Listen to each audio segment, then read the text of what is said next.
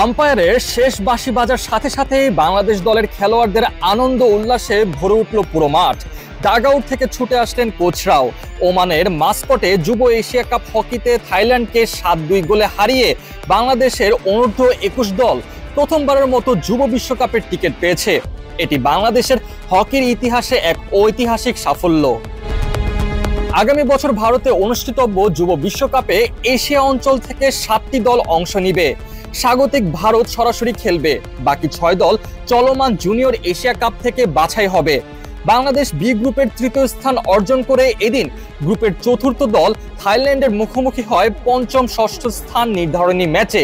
এই ম্যাচে জয় তুলে নিয়ে বাংলাদেশ শুধু পঞ্চম স্থানই নিশ্চিত করেনি, একই সঙ্গে বিশ্বকাপেও তাদের স্থান পাকা করে ফেলেছে।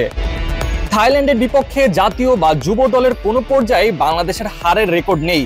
এমন গুরুত্বপূর্ণ ম্যাচে বাড়তি চাপ এবং আত্মবিশ্বাসকে পাশ কাটিয়ে মাঠে নেমেছিলেন মওদুদুর রহমানের শিষ্যরা।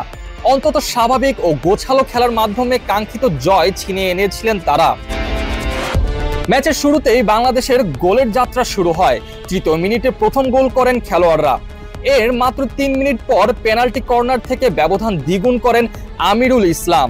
দ্বিতীয় কোয়ার্টারের শুরুতে আব্দুল্লাহ একটি গোল করে এগিয়ে নেন দলকে।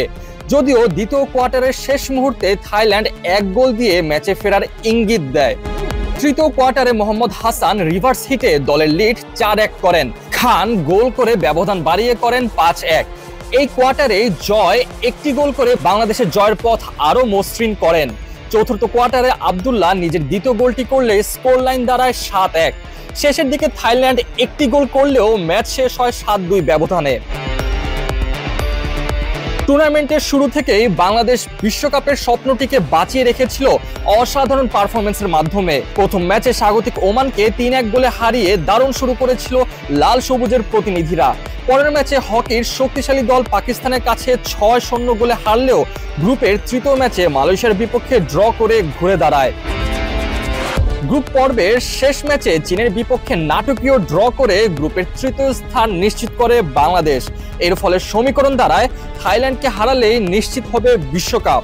শেষ পর্যন্ত সেটাই হলো। 7 গোলের দুর্দান্ত জয়ে যুব বিশ্বকাপে নিজেদের জায়গা করে নিল বাংলাদেশের ভবিষ্যৎ তারকারা।